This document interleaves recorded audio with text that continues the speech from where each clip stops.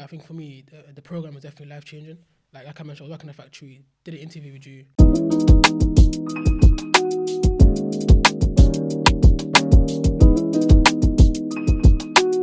So yeah, Guleed, super excited to have you on the Sales and Sports podcast. Thanks so much for coming on. As a graduate of Entr, would love to hear who are you and what are you doing at the moment in the tech industry? Yeah, definitely. I mean, thank you so much for having me on. Currently, I'm an SDR at Super Payments. Been there for about 2 months now, come up to 2 months. So yeah, enjoying it, loving it. Great stuff. And I know you really well. Big Chelsea fan, which is good to have on the Sales and Sports podcast. I'm sure we'll dive into that. But yeah, I guess take me back to your journey from education, maybe school, high school. What were you doing, studying, and how did you break into tech sales? So talk to me about yourself and your journey to where you are today. Yeah, I think for me, coming from London, I think everyone has that typical journey, right, where you come from a family where they're kind of coming from the country.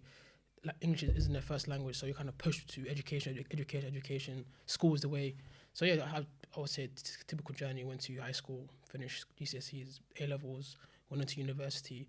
But for me, the breaking point was like when I was at university, I thought this isn't really what I kind of want to do. There isn't really like a pathway. The whole time I was just kind of following the traditional route of just I'm going to school. Yeah. But whilst I'm actually at university, I realized, well, like what's actually the next step after this? Because you're not really told this is a career path you get into. I was just kind of following a regular path. Yeah. So at university, went there for a couple of years. And yeah, it just really wasn't for me. I didn't really enjoy it. It was COVID, so it was a lot of just online learning. Crazy. And you pay $9,000 a year. Crazy. For online learning, which is... Mate, you know what I've seen recently on Instagram adverts coming up saying, did you go to university during COVID? You can claim compensation because you're just, you're not getting the value for £9,000 or whatever it is a year. So yeah, I guess take me back because I know your journey, right? You're born and raised in Wembley. You mentioned your parents, going down the educational route. Were they first generation in the UK? Would love to hear a bit about that as well. Yeah, definitely. They were first generation. I think they come from Somalia, of course. Civil War, fled the country, ended up being here in London. That's why I was kind of raised in London. So yeah, first generation. I think everyone has a first generation, regardless if you're from Somalia, any part of Africa, Europe, wherever you're from. You kind of told education is the way for you. That's kind of the breakup. That's what they've been told. I think they were raised without the social media world and taking courses online and sales, all these different roles, they weren't really aware of it, right? So you kind of push from lawyer, doctor, the traditional routes and trying to get into... Yeah, lawyer, doctor, accountant, go down to university. And you know what? I think, we've had a lot of, funny enough, a lot of Somalian brothers and sisters come on through Entr, which is great. And, a lot of people from different backgrounds. And the common theme is a lot of them have been told to go down that traditional university route. And some obviously dropped out and some have actually pursued it, whatever. But it's quite funny how people fall into that trap that you have to go down that set route. So what were you studying at uni? What university were you studying at? And then what was like the decision when you made to leave? Was it first, second, third year? What was your background on that? Yeah, so I actually studied psychology. I studied psychology at A levels. Interesting. Yeah, at Kingston, yeah. I went to Kingston, studied psychology, but before I started my degree, I actually studied psychology at A levels. I kind of enjoyed it, so I thought, okay, when I go to university, I went to Kingston in London. I thought, okay, I'm going to do psychology. It's going to be great. I was there for about 2 years. After the second year, I said, you know what, there's really kind of a path where I kind of want to continue, especially when you get to second year, you get into the third year, you're more like, okay, the career path I want to get into, like, how much money am I going to earn? How long is it going to take me to get into there? But when you kind of study psychology, look into it, you realize you're going to start off at 25K, but even then you have to do a master's in some aspects. We have to have a clinical child, because all psychology is more broad. You don't really learn one specific. You don't learn child. You learn child, you touch on like the sport aspect, you touch on basically social aspects, but there isn't actually really like a specific topic that you kind of learn with like that niche role. You don't actually learn that. You're kind of more broad. Crazy. So if you do want to get into like a clinical child, whatever you want to get into, you have to do a master's. So then I'm thinking, okay, I'm going to go do a master's, spend another 20 grand on top of it, and you're coming out making 27 grand. And I thought, wow, there has to be another way. There has to be, like, this can't be it. Yeah. That's why I started looking to the internet, looking into different roles, realized, okay, do I need a degree in certain aspects? Found out, well, through you, Entr, you actually don't, so. Crazy. It's quite funny, actually, like, that's a big reason why, we're doing what we're doing at Entr to almost reevaluate education for the digital economy and the new age, for the tech industry, because you don't need to be, have a 4-year university degree to break into software. And it's just crazy how many of these degrees are out there where they don't plan you for an actual job. There's no career path afterwards, where it's just study for 4 years, something generic like media studies, or in your case psychology, and then you're not even guaranteed a job, or there's no, you have to do another year or two on top. So that's a massive mission and a passion of mine, right? To upskill people and get them into roles as soon as possible, and well-paying jobs as well, because people are spending 30 grand, dropping 30 grand on a degree and not being paid over 30k.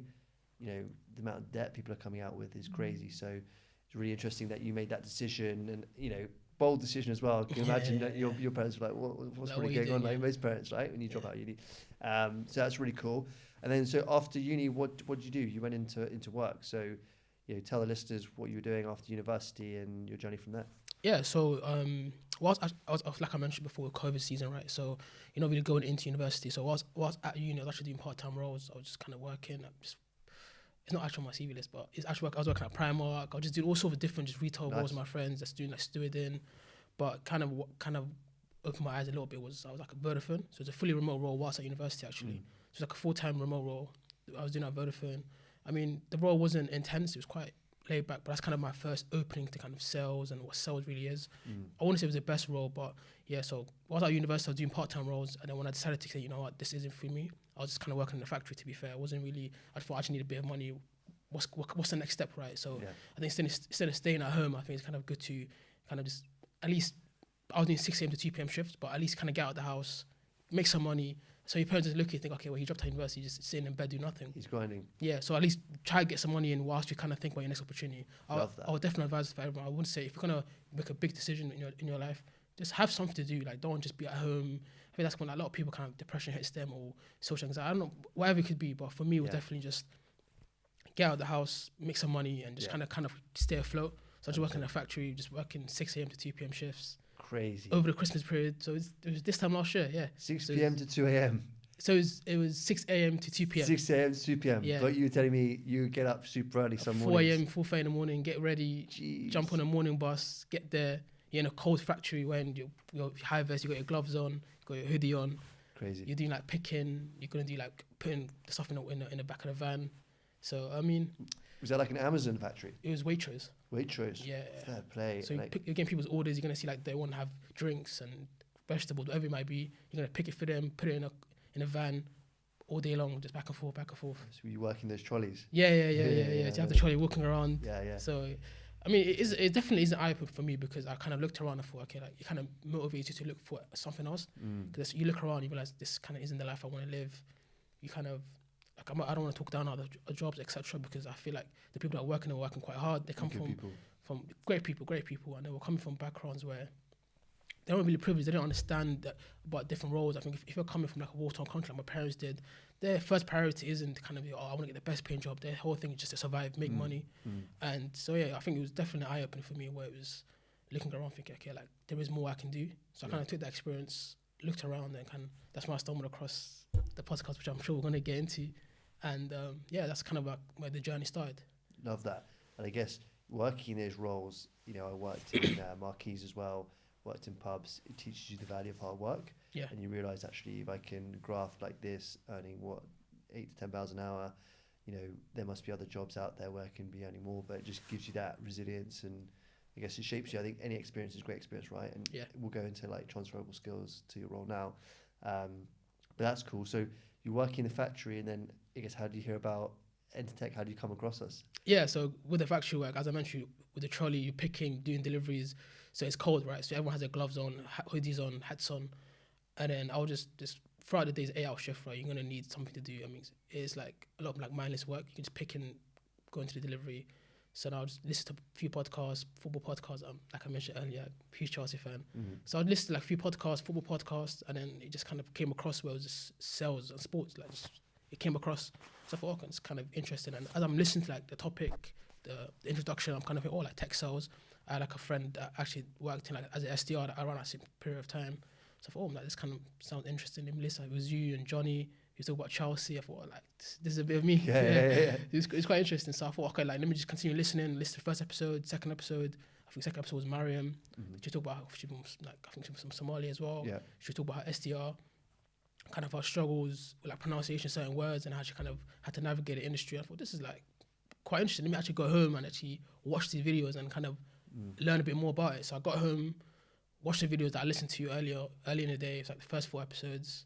Then I thought, okay, that kind of seemed interesting. I searched up Entr on Google, saw it was an SDR role, it was like a 6-week training camp. You could make, I mean, like, you saw the salaries like 35K at the start, another 10, 15K as a commission. So I thought, it sounds quite interesting. Let me just apply and see what happens. So I just applied, and then the next day, I think you sent me an email saying like, let's jump on a call. Yeah. I was going to work, like I mentioned, I work in the factory, I'm doing a 6 a.m. shift. Yeah. And the only time we could kind of work together was 4 in. Yeah. Because I think you were in Sri Lanka at the time. Yeah, I was, yeah. So you sent me an email saying like, the only time you could do is 4 in for me. I think I'll be like in the evening or afternoon for you, whatever time it was for you. Yeah. So I thought, you know what, it sounded interested. No, don't really enjoy what I want to do. I'm trying to find an opportunity where I can kind of break away and get into any corporate roles. So I thought, let me just see what it's about. So you know what, I was amazed because I was obviously in Asia, so I had to jump on a different time zone, and that was the only slot I could do. I was amazed that you were taking a call at like 4 a.m. or something, and I was like, this guy has got something special about him. Like you could just tell you were hungry, willing to learn, and just super like you're curious about what the industry was and how to break in, and you'd done your research, right? So I was like, okay, cool, this is really interesting, and obviously great character, great personality. I think we might have spoken about football and things like that. But awesome. So you came on our program, and how did you find Entr in terms of the experience and any skills that you picked up that you're taking into your role today? Yeah, I think for me, the program was definitely life changing. Like I mentioned, I was working in a factory, did an interview with you, found out a bit more about Entr, decided to join the program. At the same time, I actually let go from the other role. I was doing the warehouse role. I ended up having a football injury, couldn't really walk. So, if I can't come into work, then we don't want you. Anyways. Crazy. Yeah. So I thought, I did. That's just a role where I was just kind of using to kill time, make some money. But I thought, let me just kind of go full head in, dive straight into Entr, the training program. So the training program was amazing. I think kind of opened my eyes to what tech sales really was. I think nobody really knows what it really is unless you do like really good research. So I think that what it kind of taught me like a lot of things, where meeting industry leaders, kind of having that conversation with people, asking the right questions, understanding what cold call is, cold emails, setting up appointments, meetings. I think the program definitely opened my eyes to what tech sales really was. Kind of showed me that when you hear tech, it's not really just like technical coding. It's more about a whole broader things. Even my role now, like, is a tech company, but there's so many different roles that's going on, like customer success, which I'm sure we're going to get into later. But it kind of opened my eyes to like what this world really was about, and what's out there, and the amount of money you can really be making as well. Yeah. And like lots of people, when they hear the salaries banded around like 30 to 45K you can make in your first year in tech sales, a lot of people think that's false or that they can't achieve it. But I guess, what would you say to people that probably don't believe that they can either break into tech sales or don't believe in those kind of numbers? Yeah, I mean, I think it comes from self-limiting beliefs, right? So for me, coming into the program as well, for wow, like you're making 30, 35K as a graduate, basically, as an entry-level role, no much experience. But when you're actually in the program, you actually kind of finish the program, you start applying to roles, you start getting interviews, with 40K base, 45K, 35K, whatever it may be. They actually realize, wow, this is actually quite possible. And then when you see your peers that come through the program with you, actually landing the roles, and they kind of tell you what this kind of works, then it kind of opens your eyes like, wow, like this is really, really possible. Especially when you're coming from, like I mentioned myself, working in factories and making £10 an hour. Hearing a role where you can make 45K in the first year with coming out, just essentially dropping out of university, you're going to think, wow, I don't really believe this, right? But I think seeing is believing. Once you come on a program and you see people actually land these roles, you start actually get interviews yourself, and you talk to the recruiters, you talk to hiring managers, and they tell you, well, the base is this is how much commission you should be making. If you go on rep review, it kind of shows you the typical attainment rate for the role. It shows that, wow, the money is actually there to be made, and it's actually kind of more about you and your self-limiting beliefs that you can't really earn it, to be fair. But once you get out there, true, you realize it's really possible. Yeah, when you flip that mindset, I think that's a massive thing about Entr. Correct me if I'm wrong, is like meeting other people as well, like community of other people that are really driven and motivated, that have come through the program and working in software sales, at our meetups and sharing ideas, and everyone's sort of on that same path and journey together. So I guess tell me about the interview processes, right? For people listening on this, what advice would you give them for interviews? And like, it's not easy to break in. That's the hardest thing. Once you're in, you're almost in for life, especially if you've got the support network and you know you've had prior training. But what advice would you give to people that are interviewing with potential hiring managers? Like, what is the typical process? Because I know you've been through a few yourself. I think well, me and you did it together, right? So my interview process took about 6 to 7 months. So yeah, if anyone's listening on, I think it's definitely challenging. It's not you're gonna drop out of university, you're gonna get a 40k job within 2 weeks. That's not really. It is possible if you have the right skill set coming into the roles first, but it's not really likely. I think you kind of have to struggle for a couple of months. But the typical process is gonna be between 1 to 4 to 5 rounds. I think anything more than 5 rounds. Yeah. Bit of red flag. Yeah, bit of red flag. But typically 1 to 3 rounds. My current company was 3 rounds. So the first one's going to be HR, head of HR, who's going to be just kind of more like vetting you out, seeing if you understand what the role is about, more about kind of you as a person. Because I think with tech sales, you're going to get like a lot of rejections in your job day-to-day basis. So I think it's more about personality, like who you are you able to kind of continue with nose, are you able to kind of work in a team? That's kind of what they're really looking for. Then the second round, which is the hiring manager, I think they mostly look for a bit more of a technical role, in terms of, do you know what cold calling is? So typically in the second round, that's like you can do like a mock cold call or like a mock email, whatever the interview process is set up. But that's a bit more technical, where you kind of need to understand what SDR is and what your job day to day will be. And then the third round is typically going to be, if it's a smaller company like a COO or like a CEO. If it's a bigger company, it might be like your manager's manager. So it just depends on how it's set up. So mine was like the COO, and she kind of just wanted to see what I knew about the company, why I want to work here, my interest kind of coming into this SDR role. So yeah, it's typically should be 3 rounds. First round HR, second round hiring manager, and the third one be the person making decisions, which would be the CEO, and kind of understanding about you as a person, one, but also what do you know about the company and how would you typically fit in. Yeah, nice. And how did you position yourself as someone coming in maybe with, you know, obviously you had experience with Entr and we worked with each other for a few months, which is great experience. Yeah. How did you position your story and yourself in terms of coming into that role? What did they like about you? You know, I mean, you talk about transferable skills and maybe showing resilience in life and going through your journey, but how did you spin that story to someone to say, hey, you know, I'll be a good fit. Give me an inch and I'll run a mile. Sort of thing. Yeah, for sure. I think for me, there were 2 main things. The first one was definitely the program. So the fact that you can take 6 weeks out of your schedule to go to the program, learn about it, learn about what an SDR is, learn about what tech sales is. And number 2, I think the main thing as well for me was definitely working with you. I think a lot of people don't actually have that opportunity, so I'm not quite sure how it could kind of happen for everyone else. But for me, I think we spent 4 months together working as an SDR. It's coming to your house 9 in the mornings, doing cold emails, sending emails out together, working together, prospecting. So that experience for me was definitely a game changer. I think those 4 months we spent together, we actually learned about how to do emails, how to do the second email, the third email, how to do cadences, how to catch a prospect, to find the people you actually want to be targeting, the right people you want to be targeting, the times of it. So for me, the main thing that kind of stood out during my interview process was the fact that I've done a training program, but I've also done an internship with the person who's running the training program. And that's kind of what kind of stood out for me with that, okay, wow, this person has just dedicated the last 6 months of his time to really kind of break into the industry, do internship, do the training. So Entr definitely does help, but I think for me, one of the main things that kind of got me over the line was definitely working alongside you and learning on the ropes. So yeah, it was amazing. I love it. And what skills would you say you've taken with you, maybe life skills and experiences into the SDR role? Like, obviously resilience is a big one, but yeah, what transferable skills do you think you have to make you stand out and do really well? I think resilience is number one, definitely, because you're going to have a lot of rejection. Even through the interview process, you're going to have so many rejections. I think I've interviewed like 50 different companies and 49 said no. But obviously the 49 that do say no, it doesn't really matter to the one that does say yes. Yeah. So it's fine. But I would definitely say like time management, being able to kind of manage your time is so important, especially when it comes to calling. Like, you don't want to be calling people at 9 a.m., especially when you start calling at 10 a.m., maybe 2 p.m., 3 p.m., whatever it may be. So you need to make sure you actually have a clear calendar on your schedule. Make sure that your time management is really, really important to make sure, okay, I'm going to do my calls at this time, do my emails at this time, trying to find out what really works for you. Another thing I definitely say is just being able to work in a team, especially when it comes to as an SDR role. Yes, it's more of an individual process where your commissions, you kind of just tasked with what you want to do and your calls and your commission, your bonuses. But in terms of actually working in a team, you have a manager, you we have one-to-ones. You've got other SDRs on the table with you, but not only that, you have the account execs because you're booking the meetings for the account execs. And if you don't have that good relationship with the account execs to say, hey, listen, I've got this account. It may not fit the ICP perfectly, but it could be work with them. You can kind of go back and forth with each other. So I think definitely being able to kind of work in a team, have those soft skills, right? Because a lot of the job is soft skills. Just talking, emailing, understanding people's emotions, understanding how to kind of deal with objections, whatever it may be.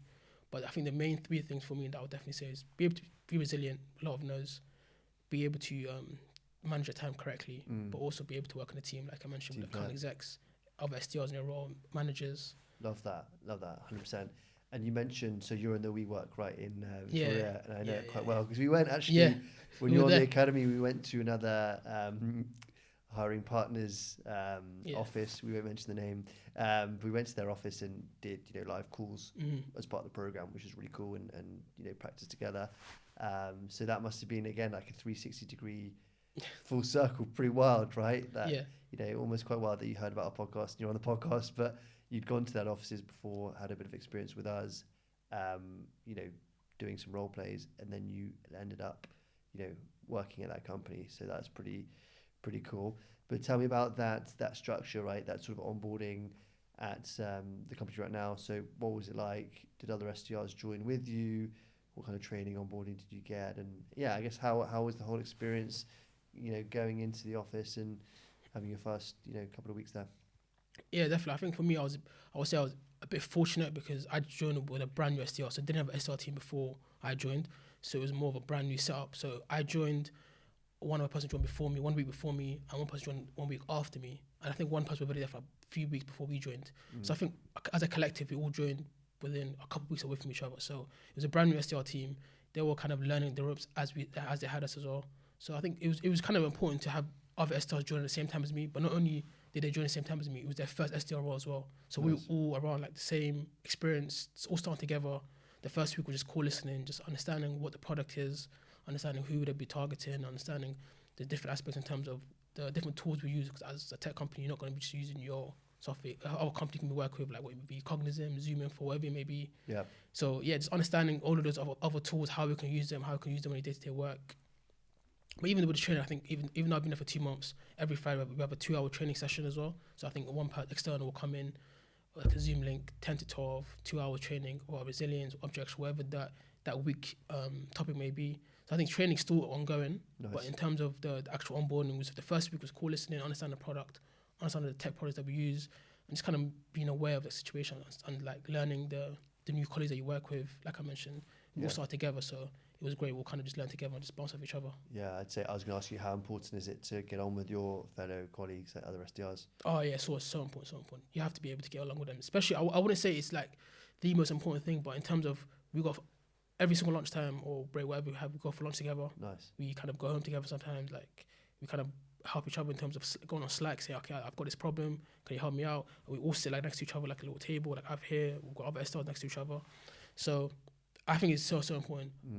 The actual role itself is like a role where it's going to be more individualism, like you can be by yourself, do your targets. But in terms of when you're in the office, you have other SDRs to work with. In my experience, I find it more enjoyable just talk to other people, go for lunch together, say, okay, this worked for me, this didn't work for you, listen to each other calls, give each other advice. So I think sharing the wins and share it. feedback. Literally, especially because we all join together at the same time. Yeah. So we're all learning at the same time, all at the same pace. Yeah, one person might be a bit better than someone else, but that's fine. We're all going to be learning because we all join at the same time. Out of interest, what were their backgrounds? What industries did they come from? Yeah, so one of them studied law, wanted to become a lawyer. I think he's going to take his exam to become a lawyer, but he didn't really see a vision, more of a future there. So he said, I want to just get away from it and get into tech sales. Yeah.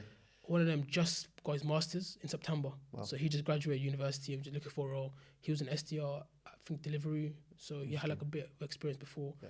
And then one of them just came from recruitment consultant. Wow. He went to university as well. Yeah. So bit of a, I'm the only one who kind of dropped out of university, but in terms of like using their degrees for the current role, none of them are kind of using their degrees now. Interesting, yeah. So if you're listening on the podcast, guys, from different backgrounds, you're in other jobs or other industries, recruitment, whatever it is, you can definitely make it in software sales. Super cool. What perks and benefits do you have in the industry? Is it like, are you in the office You mentioned you're working hybrid. What kind of days are you working? What's the spread? Any other nice benefits that come in working in tech? Yeah, I mean, to be fair, we have a barista on the second floor. So we have like a barista, we have coffee machines. Every Tuesday we have like a £15 credit on Just Eat, so we can order lunch for free on every Tuesday. Amazing. So yeah, I mean, can't complain too much, to be fair. We have snacks all over the office. Cokes, obviously I love Diet Cokes and Sprite, whatever it may be, fizzy drinks. So they're all in the fridges, you can just get them whenever you want.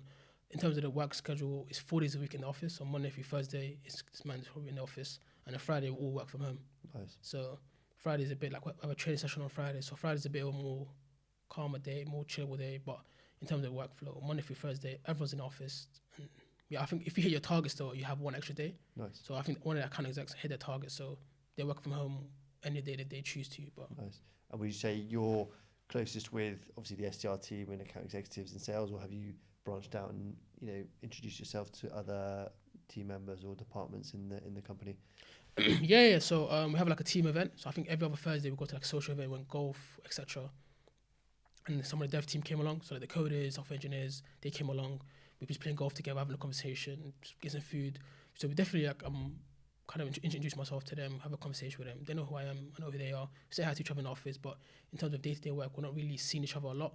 So I think currently it's SDR, but also the CSM team as well. Like when we first started the SDR team, we were sitting in the same office as the CSM, like nice. The table. So we were here and then they were right in front of us. I think they've been moved now, but in terms of day-to-day, they come over, speak to us. Any question, go for Nando's, go for lunch together. Brilliant. So yeah, the CSM, I'll definitely say CSM, SDRs and AAs, like they're all together, go for lunch. And then the dev team, they're a bit more doing their own thing, but for like social events, they come over, speak to us. So. Nice.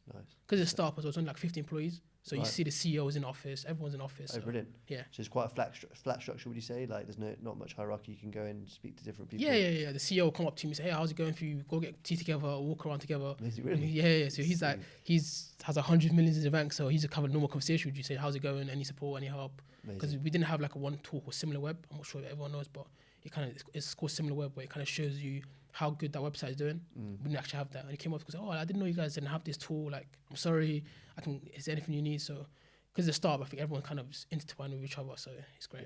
Yeah, it's so important as well, like in a fast-growing startup, to have that sort of flat structure where you can share feedback and everyone's on board. Feels like a proper team environment. Yeah, it does, yeah. And I guess, so for you, what were the anything that surprised you going into the tech industry? With any surprises or any misconceptions about tech sales that you heard about? Or was it pretty much you felt like it was what you expected? Yeah, because I kind of had experience with you, the SDR training as well, the Entr program that I did. It's kind of what I knew what I was getting myself into. But I think when people don't know about tech sales and they hear sales, they're going to be thinking call center, they're going to be thinking you're just going to be doing 200 calls a day. There isn't any like thought behind what you're actually doing. So I think there is a bit of a few misconstructions about tech sales and sales in general. People think it's going to be this high pressure where people are screaming at you saying, if you don't do this call now, it's not like that at all. I think people kind of leave you to do your own thing. You have KPIs daily, right? You have KPIs weekly, you need to be hitting. But as long as you're hitting your KPIs, you're trying to book your meetings, and you're just consistently improving every single day. Nobody really bothers you. I think everyone here to support you, help you out. It's not really this cutthroat environment people make out to be. Whereas maybe I'm lucky I'm at a good company, but from my experience, it's been more. You have your KPIs. This is how we can support and help you, but it's not really what the movies make out to be. I think people watch Wolf of Wall Street and they hear calling and all of these like crazy things going on. Yeah, it's nothing like that. It's more just regular corporate. Performance based role. People are treated like adults, given responsibility, autonomy. It's not like a sweatshop where you're doing 200 calls. Being shouted at. I'm sure those companies exist, but the majority of B2B SaaS companies are very structured. It's more strategic in the way they're reaching out to people, and I guess that's a really important thing as well to look for, right? Is the company culture and values when you're interviewing and look at the setup. Going into so we talk about teams and sports. This is the Sales and Sports podcast. You are an avid Chelsea fan. I've got a few Chelsea fans and friends in my network, but you're probably like the strongest. Tell me about the last couple of years being a Chelsea fan and where you guys are at the moment. I mean, the last couple of years have definitely been challenging as a Chelsea fan. I think we finished 12th one season, finished 6th the year after. This season we're 3rd. I think the performance are much better. Cole Palmer, I think, taking the league by storm. What a player.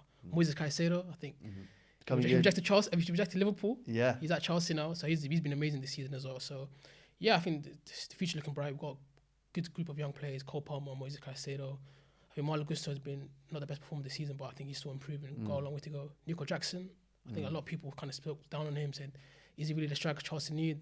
I believe in him. I think he's doing well. Pedro Neto scored against Arsenal. I think we've got quality plays across the pitch, so I'm excited for the season. Neto's quality, actually. Oh, yeah. Yeah, I think he's really good. Even if he plays on the right or left. Yeah, he can play both sides, yeah. He's so good. And even Jackson gets a lot of stick. Yeah. That's the polite way to see it. But he knows where the back of the net is. Do you know what I mean? Yeah, he got 6 goals this season in Premier League. Yeah. 3 assists. Yeah. I mean, come on, like he's only 23 years old. Like I think people forget it's a young team that's still growing. 100%. Cucurella is also. I forgot to mention him. Cucurella's been. He was getting shouted at the Chelsea fans like. He was getting booed in the stadium. I was there. Yeah. But we were booing him, and now he's. Yeah, even Gary Neville was slating him. During the Euros, it was. Yeah. Now he's probably the best fullback in the league. I do feel like the keeper, it was Sanchez. Not to call people out, but that is the weak point. I think that's the only thing you guys need to really buy a player on is keeper. I think the keeper is definitely a big problem in terms of. I like Sanchez in terms of coming off for crosses, claiming the crosses. Yeah. His shot stopper can be good as well. He's quite physical. Yeah, like 6'6". He's huge, but I think when it comes to playing off on the back, he has a mistake in him. Yeah. So I think especially with a young team, you need to have that confidence at the back. I think our biggest weak point this season has definitely been defensively, not just Sanchez. I think from corners and from crosses into the box, we haven't been able to defend them well. We put onto like a young team. I think Colwell's young, Fofana's young, Gusto's young. Everyone's still a young team, but you need to have that experienced keeper. I do think you are stacked as well in the centre backs. It's almost like you got too many centre backs. But a lot of them are just not really. I think we've got Badisho and Desassi on the bench. We're not really going to get game time. I think Tossin's pretty good. Fofana and Colwell are kind of the main 2 starters. Fofana's good at Leicester. He's been unlucky with injuries. Definitely, I think he's been the last year and a half out. Yeah, those 2 with Colwell, that'll be pretty strong. Yeah, that's my pairing. Yeah, I think Enzo Maresca as a coach, he's definitely kind of came and been cutthroat. Said, okay, I want him, I don't want him. I think you see Chilwell not playing, Sterling's out. That was a huge decision. Yeah, huge. I think he's a vice captain. Said, you know what, he's not part of my plans. Sterling's gone. Yeah. Kane Chukwuemeka, I mean, he's like a young player. Everyone says, oh, like he's the next player to come in. Yeah, kind of cutthroat. In Nkunku, £60 million player, he doesn't even start. Yeah. So. Interesting. It's interesting as well that he got rid of Chilwell. What did you make of that at the time? Oh yeah, I support the big. Really? I think Chilwell was really good at that time, but in terms of he got too many hamstring injuries, ACL injury. He's just not really the player. Yeah, injury prone, but not just that. I think he lost a lot of his. He was never really the most technical player. I think he relied a lot of his physical prowess, where running in behind, crossing to the box, scoring goals as a wing back. Yeah. But we don't really play with those flying wing backs. I think you need a bit more technical in your player. As a fullback, you need to be able to come in as a back 3 as a left centre back, or plays on one in midfield, like Gusto plays as a midfielder. Yeah. Chilwell doesn't have the quality to play as a midfielder. I think his main quality is holding the whip, running it behind, crossing. But is he better than Neto or Madueke or or Sancho on the wings? Madueke came out of nowhere. Yeah. He's come out of nowhere. Like I didn't know he was on the scene until this season.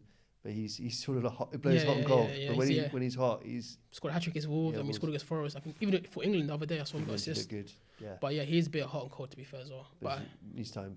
Yeah, he's only 22. Yeah. I think a lot of people forget that a 22-year-old is only starting of his career. He's not nowhere near his prime. Yeah. So he's gonna have these streaks where he does amazing, streaks where he's not really that good. So yeah, and you think centre mids, who do you put in there? Because Lavia's come back, but also you've got Enzo. He spent a fortune on, but is he going to cut it in the Premier League? Or I'm a huge Enzo fan. I think Caicedo is 100% a star. He's by far best midfielder. Then next to him, I think with Lavia, he brings that physical prowess where we need stability. But what we do lose, I think we do lose our progressive passes going into Cole Palmer. I think when Enzo's played, you saw he's able to bring those passes into Palmer, bring those passes into midfielders. We came against Arsenal, got assist to Neto where he played that ball in. Lavia is a lot better defensively, a lot better in terms of driving with the ball, but in terms of being able to progress them, pass those into the wingers, pass to the attackers, we do lose that little bit of kind of edge without Enzo. I think for me, Enzo is difficult to kind of put him into a box because on the ball, incredible. Off the ball, he needs to improve a lot because physically he's just not. I think he has a heart to work hard, but physically he's just not quick enough to kind of handle the intensity, the running power, the strength of other midfielders. Maybe it just takes a few years to get into the pace of the league, right? Yeah, or maybe sometimes players are just not suited to the league. Yeah, I think we've seen that sometimes players are better in La Liga, some players are better in the Bundesliga, some players are better in the Premier League, but just not. Or some people are better in the La Liga, they're not as good in the Premier League because the Premier League is a bit more physical, it's not as technical as La Liga. So I think it's difficult. So with Enzo, there's a player in there. I wouldn't want to say sell him, but Yeah, it's an interesting one because he won the World Cup and also that free kick, even that free kick he scored. Wow. It's like, there's a player in there. 100%. You can't just bang it, top bins. Even with him on the pitch, we score more goals because he's able to progress the ball, give the ball to Palmer, give the ball into our attackers. Without him on the ball, I think there's a stat where he hasn't played or he didn't score like one goal. Yeah. But when he does play, we score goals. Tell you what was a shame though, mate. For me, even being a Liverpool fan, was seeing Gallagher go. But did you back that? Because he's from the academy, and I feel like you guys always sell like your academy players like Tammy Abraham has been more. Yeah. Like, what did you feel about that? With Gallagher, I like Gallagher. Look, I think last year was probably top three performer for us. I think he was amazing. But when it comes down to it, am I against selling him? Probably not. I think 40 mil, whatever we got for him was decent. 1 year left in his contract. But then we kind of got Dewsbury Hall. Is Dewsbury Hall the same player Gallagher? I don't think he's as good as Gallagher. No way. That's such a random signing. Yeah, so he doesn't really fit in.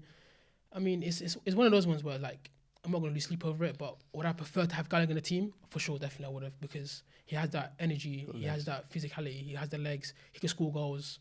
But again, technically on the ball, does he make the right passes? Does he fit into the system where you want your left eight to be more technical, like Palmer, where he's playing? You want to, so there's a lot of question marks on Gallagher, but yeah, I think it's just one of those ones where it's yeah. And what do you make of the ownership, right? Not to make it into Chelsea podcast, but I know you know your football, and I like speaking about it. What did you make of the ownership, Todd Bowley? Because you guys have had Lampard, who else? Pochettino. Yeah, so many. Like, what did you make of those managers? Like, what did you make of the hierarchy at Chelsea? Yeah, I think with Todd Bowley and Baghdad Bali, the owners, I see the vision. I think we've got two spawn directors in place where they made the signings and they kind of fit out the team. The question mark I have is we do have a very good young team, but the squad building is a bit questionable because in terms of the goalkeeper, do we have the best goalkeeper? When it comes to Jackson, I think Jackson's amazing. I love Jackson, but there are times where he's not going to be crossing the box. He's not really dominant in the box. And you have Neto who's going to cross the ball in. If you had like someone like Oshman, where I think Oshman's a good player, do I prefer him over Jackson? I don't know. I like Jackson, but in terms of in the box, being able to crash the box, Jackson isn't dominant in the box. He's more dominant coming out, good touch, turning his players. So in terms of the actual hierarchy, Todd Bowley, Baghdad Bali, the 2-point sport directors, which is Paul Winstalia, Lawrence Stewart. I see the vision. I definitely support the vision in terms of what they want to do, but I think time's going to tell. I think the appointment of Enzo is amazing. I think Enzo Maresca is exactly what we needed. Someone that's going to be cut through, said, this is what I want, but also has a clear identity and clear plan to what we want to do. We're not just playing football for the sake of just kick and go along like Pochettino. We're just running. There's no actual plan behind what we want to do. Our whole thing was just outrun the team and hopefully we score goals, which is fine. It happens, but in terms of the modern football now, there's so much detail that goes into football where you need certain players to be in certain positions at certain times. I think we've seen Gusto inverting, but he's not inverting just for the sake of inverting. He's inverting to the middle of the pitch to open up space for Madueke and Neto on the wings, so they can go 1v1. You have Palmer in the middle, where I think now Palmer's struggling because he's been double teamed. But the idea is when you have Gusto who's going to invert, you have Madueke out wide, he's 1v1. So I think having that idea instilled into a young team is great. So the future's looking bright. But the previous appointments, Pochettino and Potter, yeah, I think that was definitely a miss. Yeah, but didn't work. You're a fan of Tuchel? Yeah, I love Tuchel. Yeah, I love Tuchel. I think Tuchel was definitely. I think if you're a Chelsea fan, you love Tuchel, especially winning the Champions League. But not just winning the Champions League, it was the style, how he won Champions League. We were physical, aggressive, we were pressing. As well. Beat Pep 3 times in a row. Went to Anfield. I understand there was no fans in the stadium, but went to Anfield, beat Klopp. Went to Tottenham Stadium, beat Tottenham. I think we beat City. I mean, we beat Arsenal at the Emirates. I mean, we beat everyone. So we played good football. I think Lukaku kind of just derailed that a little bit. But in terms of Tuchel, I think he represented Chelsea perfectly. He was passionate, he was aggressive, he was up for the fight, he was defensively solid, big physical team, Rudiger, Thiago Silva, Havertz was like, obviously, Havertz not the best player, but in terms of physical prowess, he was there. Yeah, I think Tuchel was definitely my favourite manager of all time for sure. Really? So you think for England it's a good shout? Yeah, I think it's definitely a great shout. I think with Tuchel, he's a knockout manager. I think everyone's seen that. True. In the league, yes, I think he's very good in the league, don't get twisted, but in terms of knockout competition, on his day, nobody. I think he's probably the best in the world in 1v1 games. So I think with England, there is definitely a future there. I think England can definitely challenge for the World Cup. Are they going to win the World Cup? We'll see. Yeah. But in terms of a knockout competition, the best manager in the world, you have a chance. Especially with Kane. You've got Palmer, you've got Saka, Jude. The team is stacked. There's no reason why England can't challenge and get to at least the final. 100%. Fingers crossed. Good man. Well, again, thanks so much for coming on. What's the best way for people to reach out if they want advice about breaking into tech sales, or they want to speak about Chelsea with you, follow you? Like, what's the best way? Is it social media? Is it LinkedIn? What's the best place? Definitely LinkedIn. I think loads of people message me on LinkedIn. Like you mentioned earlier, Somali community kind of came on Entr Tech. Loads of people message me and I give them advice. Listen, this is amazing. I think my friend Kevin as well. Yeah. He's joined the program now as well. So if you message me on LinkedIn, it's going to be spelled Guleed, Hussein, Hussein. Just search LinkedIn, send me a message, say, hey, what's your thoughts?